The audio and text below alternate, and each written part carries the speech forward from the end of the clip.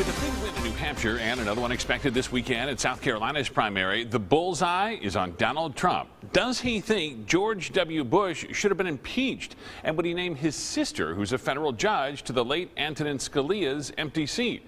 Some answers in this week's PolitiFact fact check. With his sights set on South Carolina, Republican frontrunner Donald Trump finds himself in the crosshairs of his own party this week. First, in a web ad using a CNN interview in 2008. Well, I think Bush is probably the worst president in the history of the United States. It just seemed like she was going to really look to impeach Bush and get him out of office, which personally I think would have been a wonderful thing.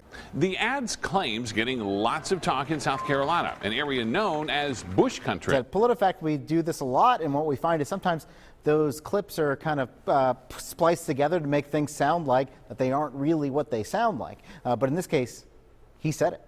Trump has since quieted his impeachment talk, but PolitiFact rating this ad's claim as true.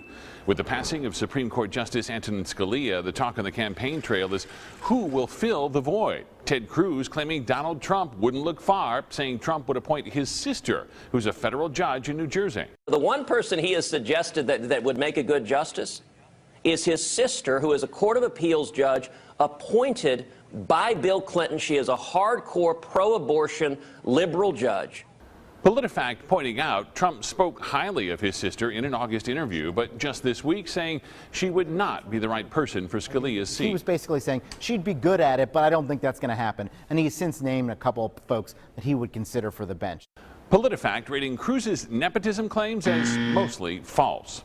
Donald Trump threw out two names for consideration in last weekend's debate, two conservative judges appointed by George W. Bush.